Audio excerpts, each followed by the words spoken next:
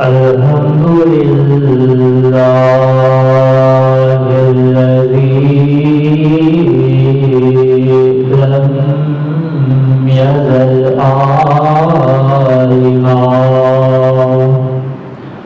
عالما كبيرا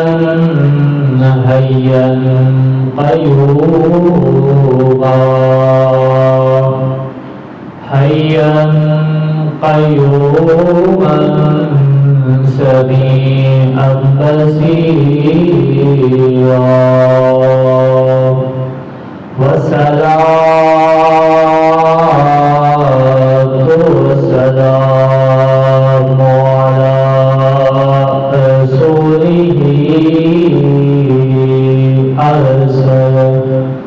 أرسله إلى الناس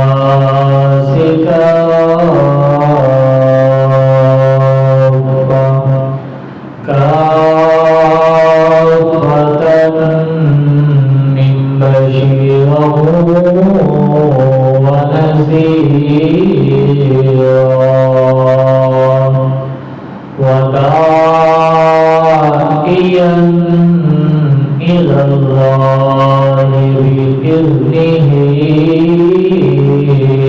وسراجا منيرا وعلى آله وأصحابه وأزواجه وأولياء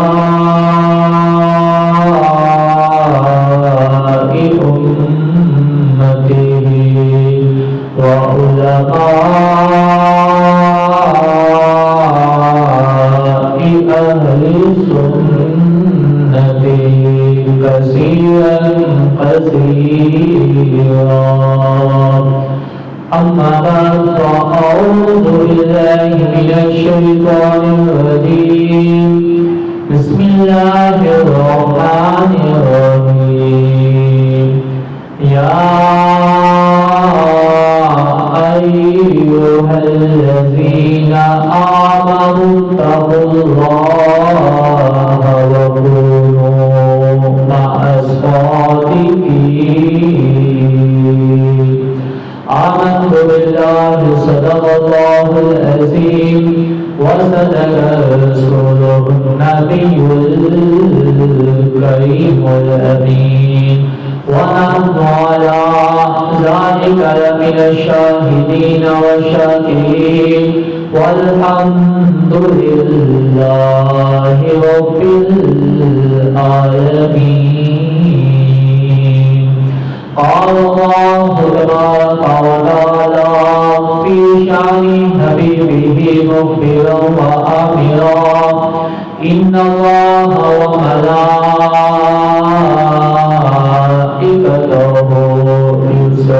يصلون على النبي يا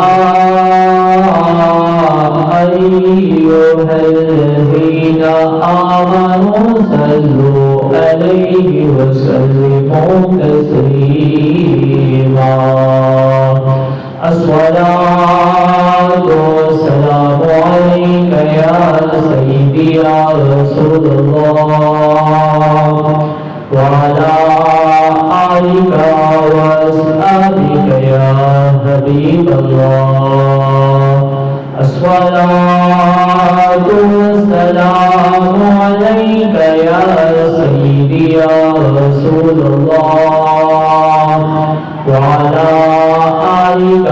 وأصحابك يا نبي الله.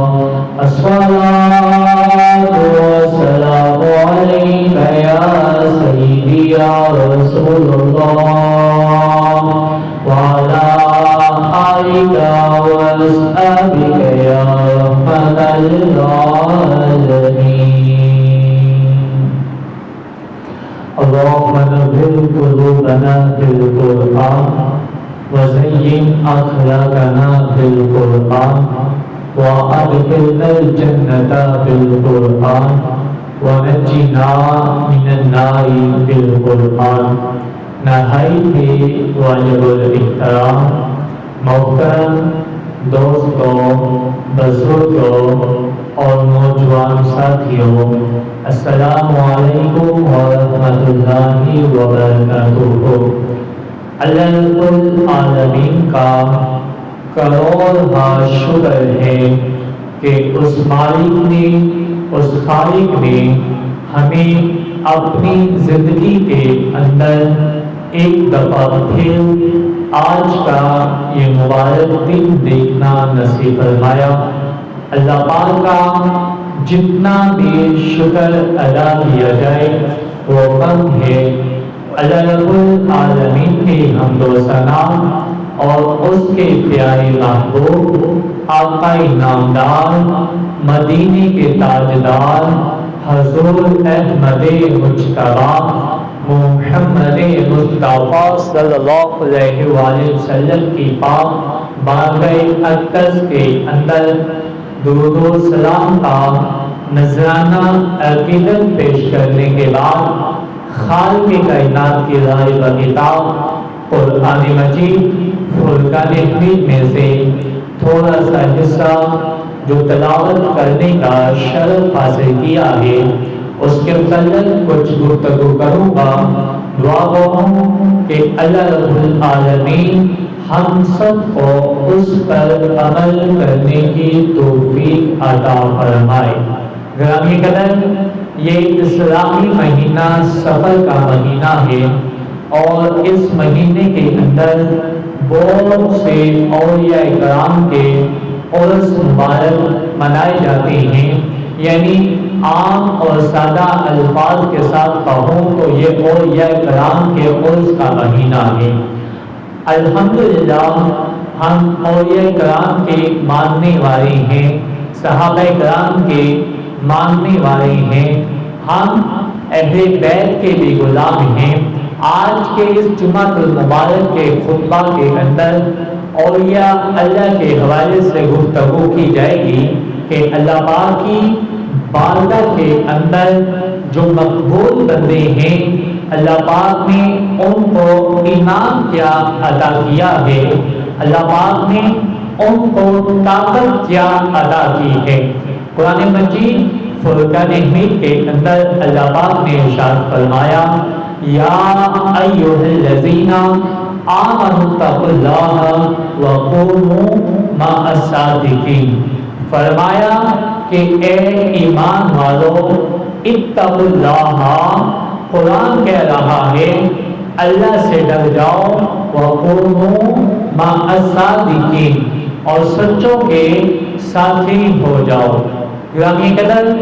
ہر انسان یہ بات کا اقرار کرتا ہے کہ وہ اللہ کی ذات سے ڈرتا ہے، اللہ تعالیٰ سے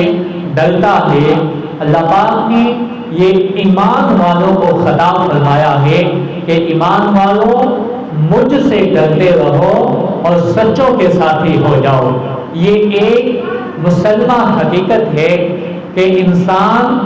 جیسے صحبت کے اندر بیٹھتا ہے انسان ویسا بن جاتا ہے۔ اگر انسان کوئی بری صحبت اختیار کرے گا تو انسان برا بن جائے گا، اگر انسان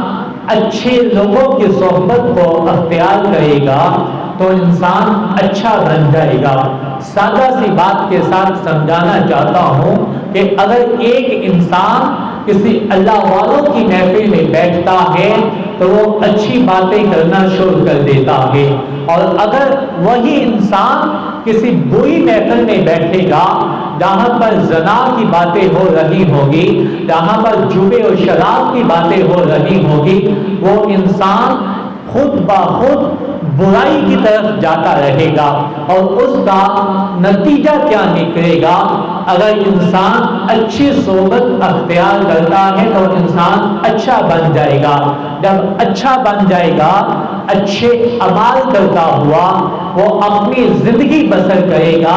اس کا نتیجہ کیا ہوگا کہ وہ انسان جنت کا حقدار بن جائے گا۔ اور اس کے برعکس اگر انسان برائی کی محفل میں بیٹھے گا، برائی کرتا ہوا اپنی زندگی بسر کرے گا تو اس کا نتیجہ کیا نکلے گا؟ انسان جہنم کا مستحق بن جائے گا، جہنم میں چلا جائے گا۔ الغرض نتیجہ یہ ہے کہ جیسی صحبت ہوگی انسان ویسا بن جائے گا۔ صحبت اچھی تو انسان اچھا، صحبت بری تو انسان برا۔ اس لیے اللہ پاک نے قرآن مجید فرقان حمید کے اندر ارشاد فرمایا وَقُولُوا مَعَ الصَّادِقِينَ، سچوں کے ساتھی ہو جاؤ، سچوں کے غلام بن جاؤ۔ یعنی قدر ہر انسان یہ دعویٰ کر رہا ہے کہ میں سچا ہوں، میں سچا ہوں۔ پتہ کیسے چلے گا کہ وہ کون سے لوگ ہیں کہ جن کا ساتھی ہونے کا حکم اللہ پاک نے ارشاد فرمایا ہے؟ اللہ پاک نے قرآن مجید فرقان حمید کے اندر ارشاد فرمایا اولئک الذین انعم اللہ علیہم من النبیین والصدیقین والشہداء والصالحین۔ خالق کائنات نے ارشاد فرمایا کہ جن کے اوپر میرا انعام ہوا ہے ان میں پہلی جماعت انبیاء کرام کی ہے۔ انعم اللہ علیہم من النبیین، پہلی جماعت نبیوں کی ہے۔ پھر فرمایا والصدیقین، پھر فرمایا والشہداء، شہداء کی جماعت ہے، اور پھر فرمایا والصالحین، اللہ کے نیک بندوں کی جماعت ہے۔ اب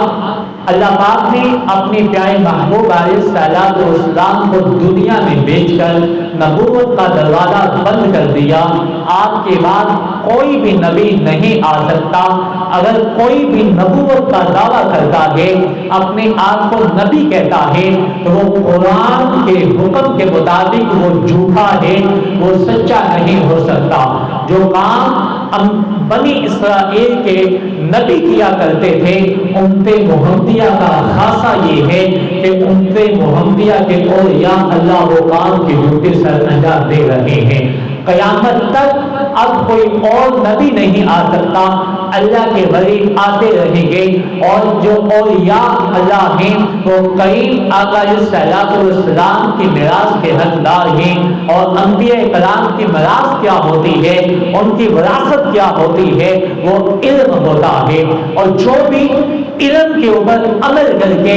آگے دین کی تبلیغ کو عام کرتا ہے، وہ اللہ اور اس کے رسول کے بتائے ہوئے طریقوں کے مطابق اپنی زندگی بسر کر رہا ہے۔ کیونکہ کریم آقا علیہ الصلوۃ والسلام نے اپنی ساری زندگی دین کے ساتھ، دین کی خدمت کرتے ہوئے، دین کی تبلیغ کرتے ہوئے،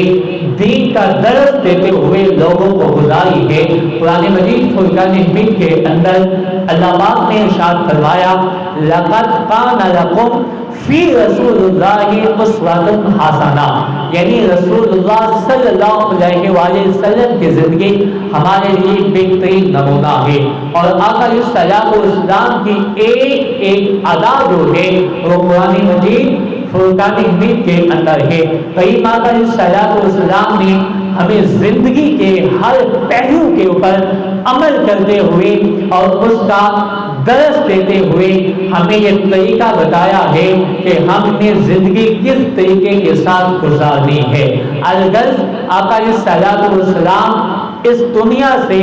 ذاتی پردہ فرما گئے ہیں، مگر آقا علیہ الصلوۃ والسلام آج بھی اپنے غلاموں کو اس طریقے کے ساتھ دیکھ رہے ہیں جیسے کوئی عام بندہ اپنے ہاتھ کی ہتھیلی کو دیکھتا ہے۔ تو میں عرض کر رہا تھا اللہ پاک نے ارشاد فرمایا وَقُولُوا مَعَ الصَّادِقِينَ، سچوں کے ساتھی ہو جاؤ۔ سچے کون ہیں؟ جو دین کے اوپر عمل کرتے ہیں، جو دین کی تعلیم حاصل کرتے ہیں، جو قال رسول اللہ صلی اللہ علیہ وآلہ وسلم کا سبق دیتے ہیں اور اس کے اوپر عمل کرتے ہوئے اپنی زندگی گزارتے ہیں۔ وہ لوگ جو دین کے اوپر عمل کرتے ہیں، شریعت کا دامن ہاتھ میں تھامے رکھتے ہیں، قرآن مجید فرقان حمید ان کو اولیاء اللہ کے نام سے یاد کر رہا ہے۔ وہ اللہ کی بارگاہ کے اندر مقبول بندے ہیں جو دین کے اوپر عمل کرتے ہوئے اپنی زندگی بسر کر رہے ہیں۔ اور قرآن ان کو یہ خوشخبری سنا رہا ہے، یہ اعلان کر رہا ہے، الا ان اولیاء اللہ لا خوف علیہم ولا هم یحزنون۔ فرمایا قرآن نے ان کے لیے خوشخبری کا اعلان کر دیا کہ جو بندہ دین کے اوپر عمل کرتا ہے، دین کا درس دیتا ہے،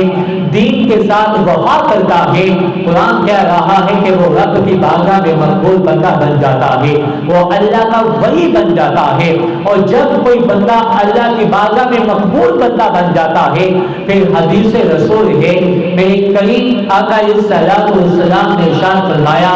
جب کوئی بندہ اللہ کی بارگاہ کے اندر مقبول ہو جاتا ہے، اللہ پاک پھر اعلان کرتا ہے، رب فرماتا ہے جبریل میں فلاں بندے کے ساتھ محبت کرتا ہوں، تجھے بھی حکم دیتا ہوں تو بھی اس بندے کے ساتھ محبت کرنا شروع کر دے، تو بھی اس بندے کے ساتھ محبت کرنا شروع کر دے۔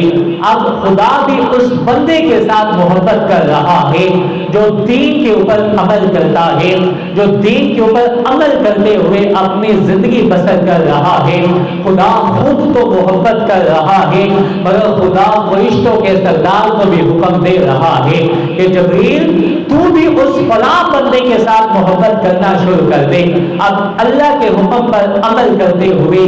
فرشتوں کا سردار بھی جبریل امی بھی اس بندے کے ساتھ محبت کرنا شروع کر دیتا ہے جو بندہ دین کے ساتھ محبت کرتا ہے۔ اب جب دین کے ساتھ محبت کرنے والا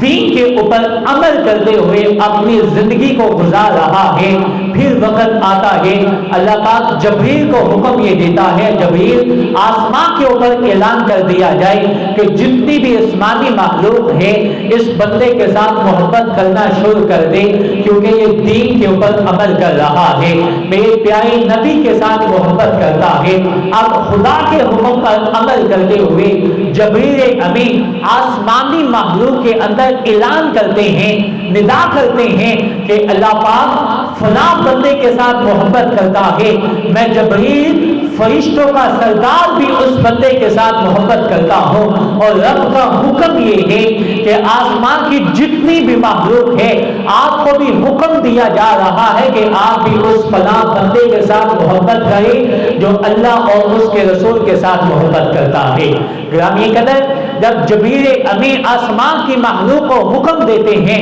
اعلان کیا جاتا ہے، حدیث شریف کے اندر آتا ہے کہ آسمانی مخلوق بھی اس کے ساتھ محبت کرنا شروع کر دیتی ہے، خدا بھی محبت کر رہا ہے، فرشتوں کا سردار جبریل امی بھی محبت کر رہا ہے، آسمانی مخلوق بھی اس بندے کے ساتھ محبت کر رہی ہے۔ پھر ایک وقت آتا ہے اللہ پاک جبریل کو حکم دیتا ہے، جبریل اب زمین پہ چلا جا، زمین کے اوپر جا کر زمین کے اوپر رہنے والے مخلوق کے اندر بھی اعلان کیا جائے کہ اللہ رب العالمین فلاں بندے کے ساتھ محبت کرتا ہے، میں فرشتوں کا سردار بھی اس بندے کے ساتھ محبت کرتا ہوں، آسمان کی مخلوق بھی اس بندے کے ساتھ محبت کرتی ہے، زمین والوں رب تمہیں بھی حکم دے رہا ہے کہ اس فلاں بندے کے ساتھ محبت کرو۔ یعنی اللہ پاک اس بندے کی محبت کو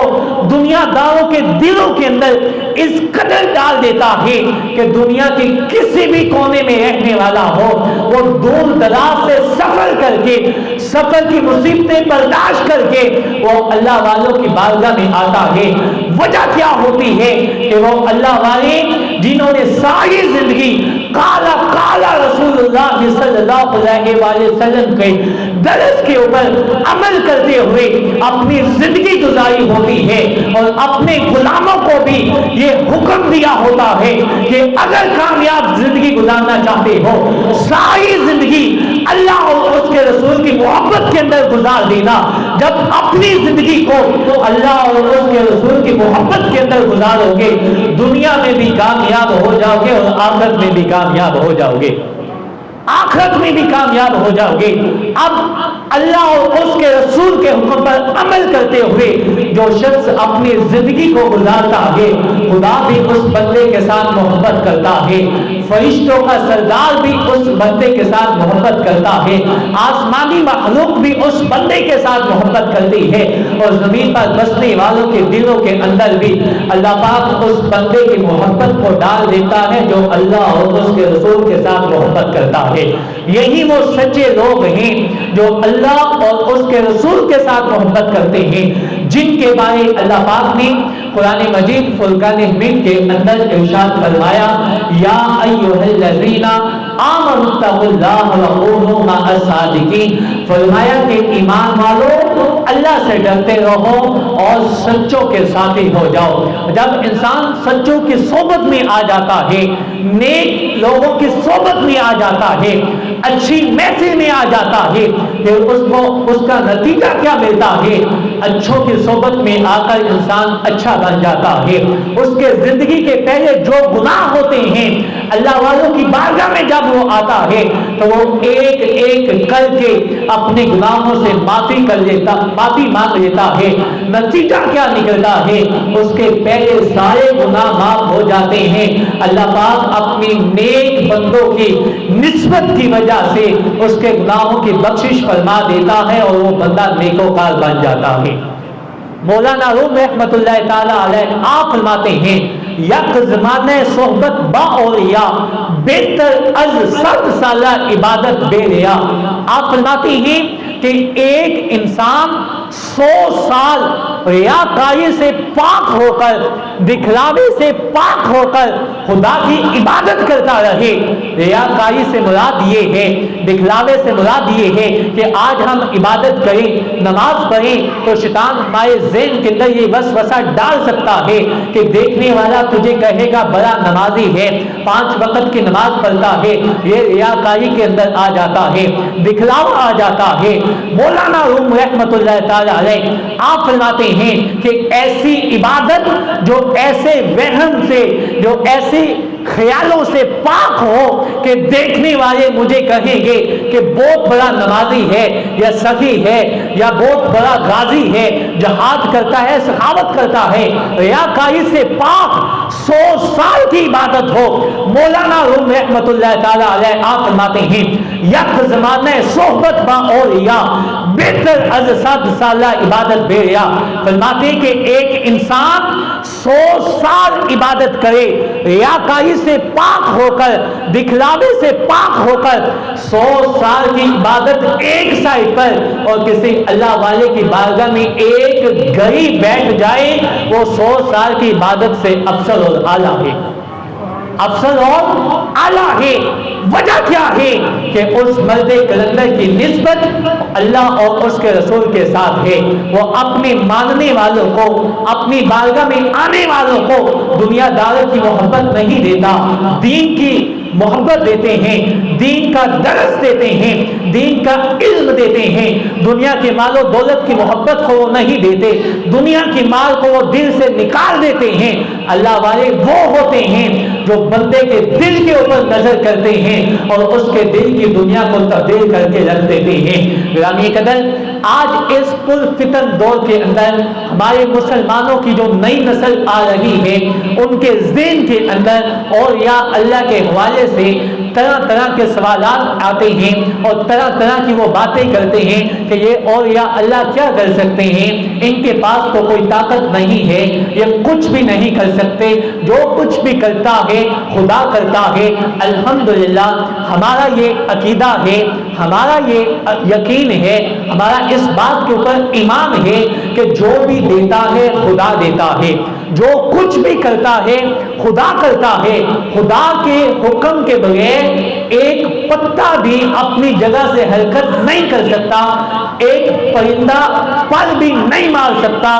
خدا کے حکم کے بغیر۔ ہمارا یہ الحمدللہ یہ عقیدہ ہے کہ جو کچھ بھی دیتا ہے خدا دیتا ہے، مگر یہ بات ذہن نشین رکھیے، جن کے ذہنوں کے اندر یہ سوال ہیں وہ طریق کا مطالعہ کریں۔ جب اللہ پاک نے قرآن مجید فرقان حمید کے اندر ارشاد فرمایا کہ جب رب نے سیدنا آدم علیہ السلام کو بنایا تو اللہ پاک نے فرشتوں کو حکم دیا کہ وہ میرے آدم کو سجدہ کریں۔ سارے فرشتوں نے سجدہ کیا، مگر وہ ابلیس جس نے سجدہ نہ کیا وہ کوئی عام انسان نہیں تھا، آسمان کے اوپر رہنے والا تھا اور جنت کے اندر رہنے والا تھا۔ پوری دنیا کے اوپر کوئی زمین کا ایسا حصہ نہیں ہے کہ جس جگہ کے اوپر اس شیطان نے، اس ابلیس نے اللہ کی عبادت نہ کی ہو، اللہ کی بندگی نہ کی ہو، خدا کا ذکر نہ کیا ہو۔ اس کو اپنی عبادت کے اوپر، اپنی بندگی کے اوپر اتنا امان ہو چکا تھا، اتنا غرور کے اندر آ چکا تھا کہ اس کا ذہن یہ تھا کہ میں نے ساری زمین کے اوپر، پوری روح کائنات کے اوپر خدا کی بندگی کی ہے، مجھ سے افضل اور اعلیٰ کوئی نہیں ہو سکتا۔ مگر اس کو یہ نہیں پتا تھا کہ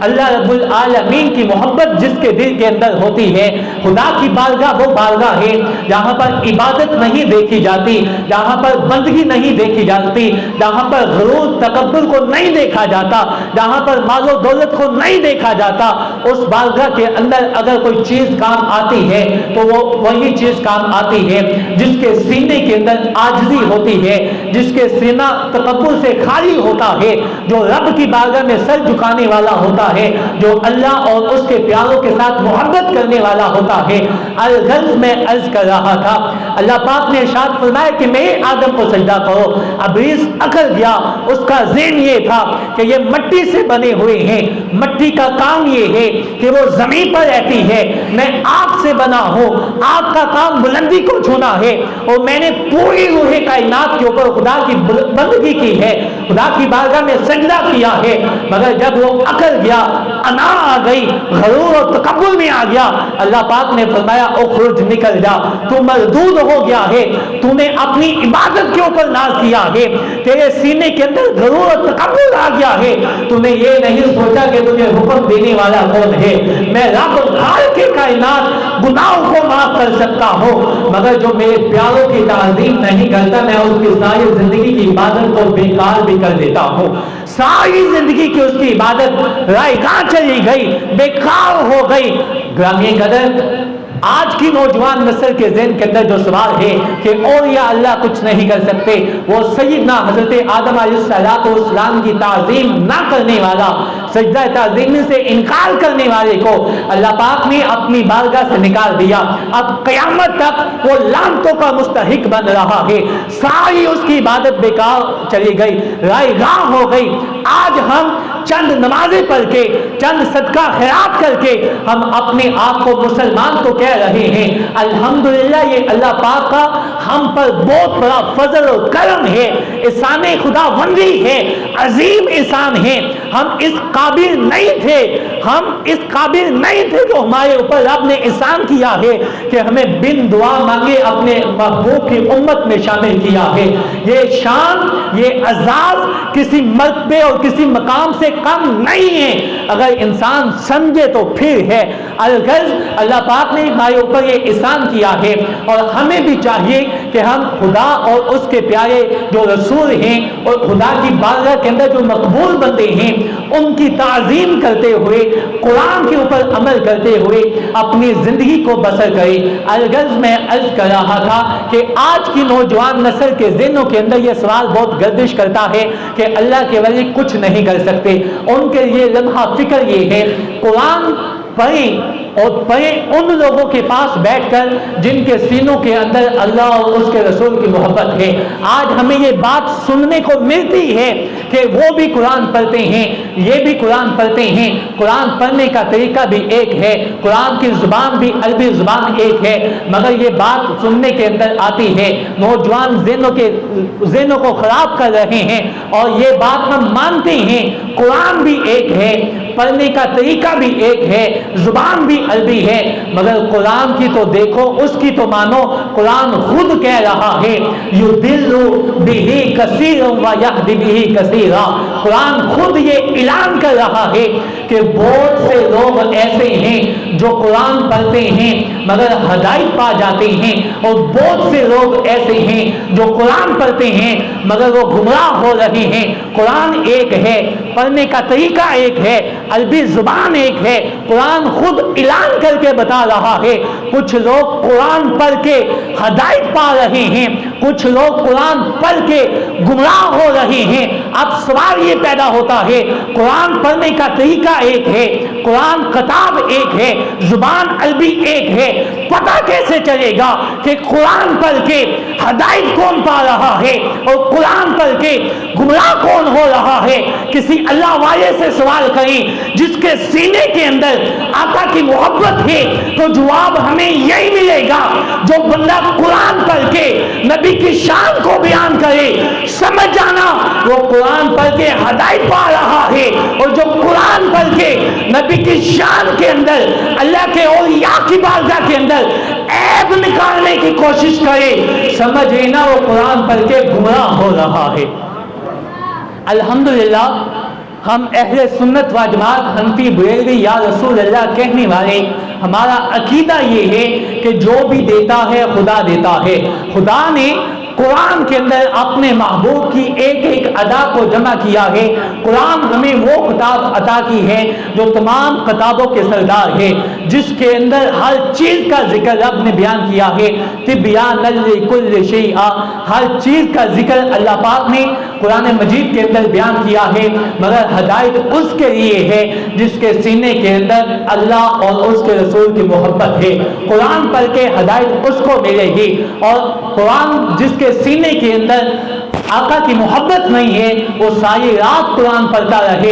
اسے کوئی ہدایت نہیں ملے گی، وہ گمراہ سے گمراہ ہوتا جائے گا۔ کیونکہ وجہ کیا ہے کہ اس کے سینے کے اندر آقا کی محبت نہیں ہے، وہ قرآن پڑھتا ہے آقا کی شان میں عیب نکالنے کے لیے، اور محبت والا جو ہوتا ہے وہ قرآن پڑھتا ہے آقا کی شان کو اور زیادہ بیان کرنے کے لیے۔ کیونکہ اللہ پاک نے خود ارشاد فرمایا وَرَفَعْنَا لَكَ ذِكْرَكَ، محبوب ہم نے تیرے ذکر کو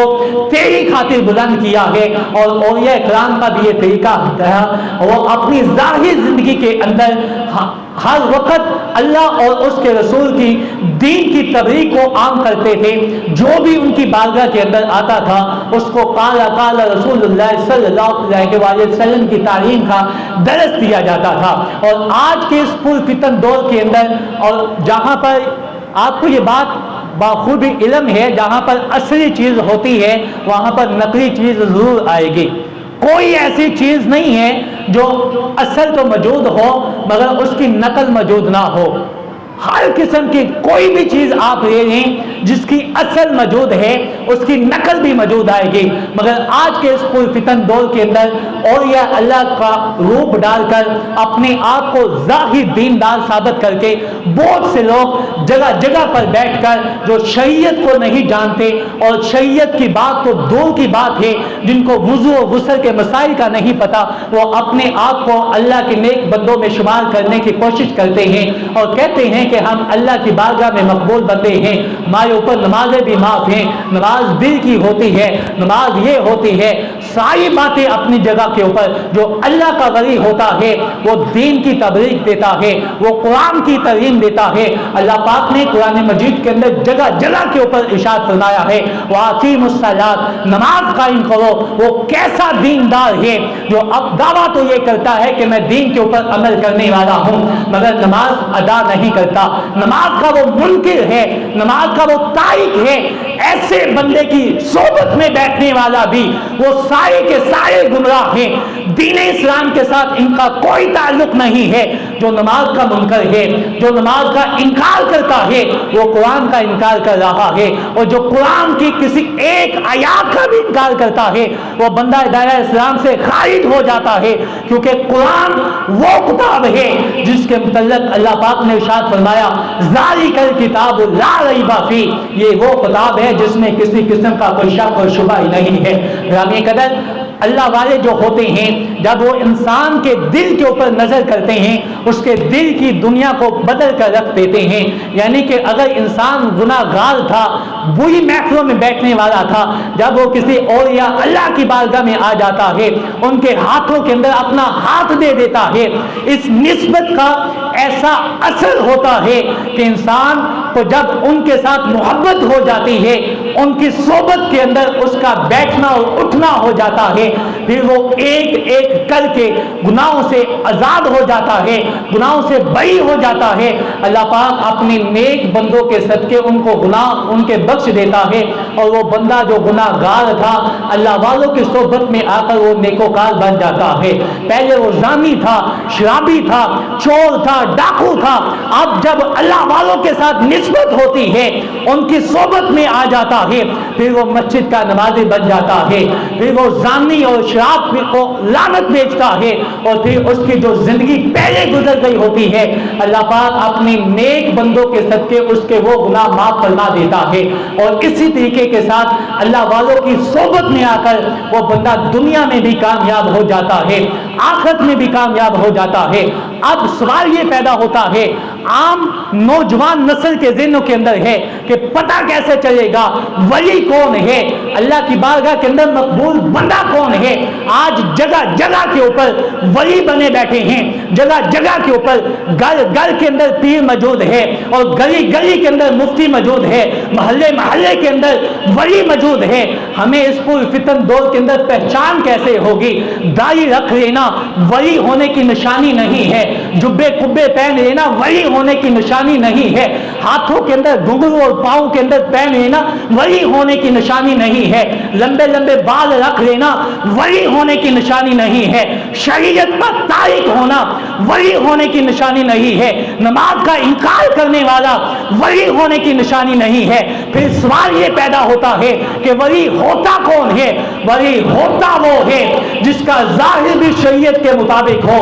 جس کا باطن بھی شریعت کے مطابق ہو. جب وہ لوگوں کی محفل میں آ کر بیٹھے پھر بھی وہ شریعت کے مطابق ہو, جب وہ تنہائی میں بیٹھے پھر بھی وہ شریعت کے مطابق ہو, جب بھی اس کے منہ سے کوئی بات نکلے قرآن اور حدیث کے مطابق نکلے, دنیا کی محبت اس کے دل میں نہ ہو, جو بھی اس کی بارگاہ کے اندر آئے وہ اس کو اللہ اور اس کے رسول کی محبت کا درس دے, وہ اللہ کا ولی ہوتا ہے. جب نماز کا وقت ہو جائے ساری مصروفیات کو ترک کر کے وہ خدا کی بارگاہ میں سر جھکائے, خود بھی خدا کی بارگاہ میں عاجزی اختیار کرے, اپنے پاس آنے والوں کو بھی خدا کی بارگاہ میں سر جھکانے کا درس دے, تعلیم دے, حکم دے. اور اللہ والوں کی نشانی یہ بھی ہوتی ہے کہ جس جگہ کے اوپر وہ اپنا پڑاؤ ڈالتے ہیں ساتھ میں وہ سب سے پہلے جو ان کا کام ہوتا ہے وہ خدا کا گھر ضرور بناتے ہیں, کیونکہ ان کو پتا ہوتا ہے کہ جب بھی خدا کے گھر سے بلاوا آئے گا وہ ہر وقت اس کا لمحہ لمحہ اس مرنے کے اندر کا خدا اور اس کے محبوب کے ذکر کے اندر گزرتا ہے, ان کی یاد کے اندر گزرتا ہے. پھر وجہ کیا ہوتی ہے, نتیجہ کیا نکلتا ہے؟ اللہ بھی اس کے ساتھ محبت کرتا ہے, فرشتوں کا سردار جبریل امی بھی اس کے ساتھ محبت کرتا ہے, آسمانی مخلوق بھی اس بندے کے ساتھ محبت کرتے ہیں, پھر زمین والے بھی اس بندے کے ساتھ محبت کرتے ہیں. دور دراز سے لوگ سفر کر کے سفر کی مصیبتیں برداشت کر کے اس مرد کلندر کی بارگاہ کے اندر آتے ہیں, اور جب اللہ کے اس نیک بندے کی بارگاہ کے اندر کوئی گناہ گار بھی آتا ہے اپنے دل کی مرادوں کو پاتا ہے, پر شرط یہ ہے کہ دل کے اندر بغض نہ ہو, دل کے اندر امتحان لینا نہ ہو, یقین یہ ہو کہ ہم اللہ والوں کی بارگاہ میں جا رہے ہیں, یہ اللہ کے نیک بندے ہیں, دیتا جو بھی ہے وہ خدا دیتا ہے, مگر اللہ اپنے نیک اور پیاروں کے صدقے سے دیتا ہے, وسیلے سے دیتا ہے. اب سوال یہ پیدا ہوتا ہے کہ جو بھی دیتا ہے خدا دیتا ہے, مگر وسیلوں پیاروں کے وسیلے سے دیتا ہے, دینے والے خدا کی ذات ہے, مانگنے والا بندہ خود ہے, پھر بندہ خود خدا سے ڈائریکٹ کیوں نہیں مانگ سکتا؟ سوال ہے نا, آج کی نوجوان نسل کے ذہنوں کے اندر ایسے سوال بہت آتے ہیں. سوال ہے یہ میرا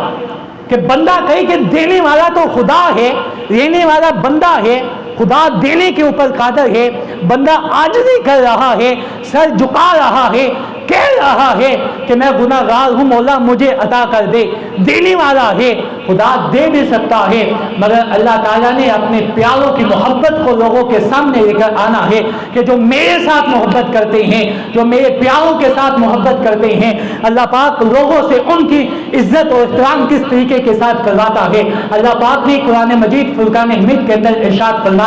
فرمایا یا ایھا الذین آمنوا اتقوا اللہ وابتغوا الیہ الوسیلہ، فرمایا کہ میری بارگاہ تک پہنچنے کے لیے ایمان والوں وسیلے کو تلاش کرو۔ جو بندہ وسیلے کے ساتھ خدا کی ذات سے مانگتا ہے، اللہ پاک اس کو کچھ بھی عطا نہیں کرتا، وہ مردود ہو جاتا ہے، غرور اور تکبر میں آ کر اس کی ساری عبادت بیکار ریاکار چلی جاتی ہے۔ اور جو بندہ اللہ والوں کی محبت میں آ کر اور اللہ والوں کا وسیلہ لے کر جب رب کی بارگاہ میں سر جھکاتا ہے، خدا کی بارگاہ سے مانگتا ہے اور یوں عرض کرتا ہے کہ مولا دینے والا تو ہے اور میں تیرے نیک بندوں کی بارگاہ میں آیا ہوں، مولا اپنے نیک بندوں کے صدقے میری دینی مرادوں کو پورا کر دے۔ تو جب بندہ یقین کے ساتھ جاتا ہے، اللہ پاک پھر اپنے نیک بندوں کے وسیلے سے اس آنے والے کی دل کی تمام مرادوں کو پورا فرما دیتا ہے۔ دیتا خدا ہی ہے۔ میں بار بار پھر یہ عرض اس لیے کر رہا ہوں کہ ہمارے نوجوان نسل جو آ رہی ہے، ان کے ذہنوں کے اندر سے عشق مصطفیٰ کی محبت کو اس طریقے کے ساتھ نکالا جاتا ہے کہ خدا دینے والا ہے، ہم دینے والے ہیں۔ یہ سنیوں نے ایسے بابے بنا لیے، ایسے محفلیں کر لیے، شرک ہو گیا، فلاں ہو گیا، بدعت ہو گیا، شادی کے اوپر اتنے خرچ ہو گئے، یہ ہو گیا، یہ ہو گیا۔ نوجوان نسل کو اس قدر گمراہ کیا جا رہا ہے، اور جب ہمارے گھروں کے اندر کوئی بیٹا پیدا ہو جائے پھر ہماری خوشی دیکھنے والی ہوتی ہے، جب ہمارے کوئی شادی کا موقع آ جائے پھر ہمیں دیکھنے والا ہوتا ہے، جب ہم اپنی کوئی خوشی مناتے ہیں پھر ہمیں دیکھنے والا ہوتا ہے کہ ہم کس قدر کے ساتھ خوشی منا رہے ہیں، کیسے خرچ کر رہے ہیں۔ اور جب باری آ جاتی ہے اللہ کے پیارے محبوب علیہ الصلوۃ والسلام کی آمد کی، جب اس وقت غلام خوشی مناتے ہیں پھر طرح طرح کی باتیں اور فتوے نکلتے ہیں۔ غلامی قدر کریم آقا علیہ الصلوۃ والسلام کے صحابہ کرام رضوان اللہ تعالی علیہم اجمعین کی جماعت بھی آقا علیہ الصلوۃ والسلام کی محبت کو، آپ کے ذکر کو اس قدر بلند کیا کرتے تھے جیسے وہ کر سکتے ہیں۔ ہر بندے کا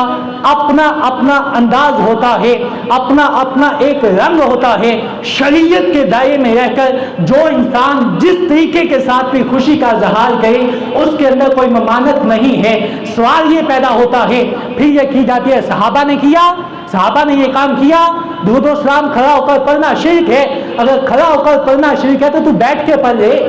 درود و سلام پڑھنا شرک ہے تو نماز کے اندر کیوں شرک نہیں ہے؟ نماز کے اندر پڑھا جا رہا ہے اور سلام پھیر کے سوال کیا جا رہا ہے، کہاں پہ لکھا ہوا ہے؟ پھر ہمارے پاس فرصت نہیں ہے کہ ہم نماز میں درود و سلام پڑھ لیں، بعد میں ہمیں دعا مانگنے کی فرصت نہیں ہے۔ جن نماز کے اندر دعا مانگ رہی ہے اب دعا مانگنے کی ضرورت نہیں ہے۔ یہ غرور ہے، تکبر ہے، انا ہے کہ نماز کے اندر تو اقرار کر رہا ہے کہ مولا ہمیں سیدھا رستہ دکھا، آقا کی ذات کے اوپر درود پڑھ رہا ہے، اللہ کے نیک بندوں کے اوپر سلامتی بھی بھیج رہا ہے اور سلام بھی بھیج رہا ہے، اور نماز کے بعد تو طرح طرح کی باتیں کر رہا ہے۔ یہ دکھلاوا ہے، یہ غرور ہے، تکبر ہے۔ اللہ پاک نے ارشاد فرمایا کہ جو بندہ عبادت کر کے میری بارگاہ میں دعا نہیں مانگتا وہ غرور کرتا ہے، تکبر کرتا ہے۔ اللہ پاک کو ایسی عبادت قبول نہیں ہے۔ اللہ پاک کے پیارے محبوب علیہ الصلوۃ والسلام کے جو صحابہ کرام ہیں وہ بھی خدا کی بارگاہ کے اندر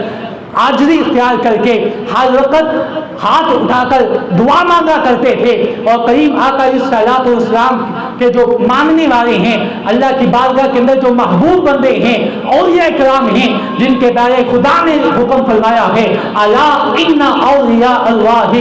لا خوف علیہم ولا هم يحزنون الذین آمنوا وكانوا يتقون لهم البشرى فی الحیاۃ الدنیا وفی الآخرہ۔ فرمایا کہ میری بارگاہ کے اندر جو مقبول بندے ہیں ان کو نہ کوئی خوف ہے نہ کوئی غم ہے۔ فرمایا یہ خوشخبری ان کو کس وجہ سے ملی ہے؟ الذین آمنوا، یہ وہ لوگ ہیں جو ایمان لے کر آئے، وقانوا یتقون، ایمان لانے کے بعد بات ختم نہیں ہو گئی۔ جیسے آج ہم کہتے ہیں کلمہ پڑھ یا مسلمان ہو گیا ہم تو بخشے بخشائے، نماز ہماری چھٹی ہے کیونکہ ہم امت محمدیہ میں شامل ہیں نا، نمازوں کی چھٹی ہمیں، ہم نے کلمہ پڑھ لیا، ہم بخشے گئے۔ قرآن کہہ رہا ہے اللہ کے ولی وہ ہیں جن کو خدا نے یہ خوشخبری کا اعلان دیا ہے نہ ان کے اوپر کوئی خوف ہے، لا خوف علیہم ولا هم یحزنون، نہ کوئی خوف ہے نہ کوئی غم ہے، یہ ان کو خوشخبری، یہ صلہ ملا تو کس وجہ سے؟ الذین آمنوا، وہ ایمان لے کر آئے، اور ایمان لانے کے بعد وقانوا یتقون، انہوں نے تقوی اختیار کیا ہے۔ اور یہ خوشخبری صرف دنیا کے اندر نہیں ہے، قرآن اعلان کر کے کہہ رہا ہے لَهُمُ الْبُشْرَى فِي الْحَيَاةِ الدُّنْيَا وَفِي الْآخِرَةِ، یہ خوشخبری کہ ان کے اوپر نہ کوئی خوف ہے نہ کوئی غم ہے، یہ خوشخبری صرف دنیا تک نہیں ہے، فرمایا فِي الْحَيَاةِ الدُّنْيَا، دنیا کی زندگی کے اندر بھی ہے، وَفِي الْآخِرَةِ، اور آخرت کی زندگی کے اندر بھی ہے۔ گرامی قدر، قرآن کے اندر اللہ پاک نے ارشاد فرمایا من عمل صالحا من ذکر او انثى وهو مؤمن فلنحيينه حیاتا طیبہ، ایک عام بندہ ہو، عام انسان ہے، چاہے مرد ہے یا عورت ہے، من عاملہ، نیک عمل کرتا ہوا وہ دنیا سے چلا جائے، چاہے عورت ہے، مرد ہے، بچہ ہے، بوڑھا ہے، جوان ہے، کوئی بھی ہے، نیک عمل کرتا ہوا، من عاملہ صالحا من ذکر، نیک عمل کرتا ہوا وہ دنیا سے چلا جائے، قرآن اعلان کر رہا ہے فَلَنُحْيِيَنَّهُ حَيَاةً طیبہ، ہم ان کو پاکیزہ زندگی عطا کرتے ہیں جو اس زندگی سے افضل و اعلیٰ ہے۔ جب ایک عام بندے کا یہ حال ہے جو نیک عمل کرتا ہوا گیا ہے اور جو رب کی بارگاہ میں مقبول بندے ہیں، جو نبیوں کے سردار ہیں، تو وہ تو پھر افضل و اعلیٰ ہے۔ اللہ تعالیٰ کی بارگاہ میں دعا ہوں کہ اللہ پاک اپنے پیارے محبوب علیہ الصلوۃ والسلام کے وسیلہ جلیلہ سے ہمیں کریم آقا علیہ الصلوۃ والسلام کے ساتھ اور اللہ کے اولیاء جو بارگاہ کے اندر مقبول بندے ہیں ان کے ساتھ محبت کرنے کی توفیق عطا فرمائیں، اور قرآن و سنت کے اوپر عمل کرتے ہوئے شریعت کے تابع رہ کر ہمیں اپنی زندگی گزارنے کی توفیق عطا فرمائیں۔ وآخر دعوانا الحمدللہ۔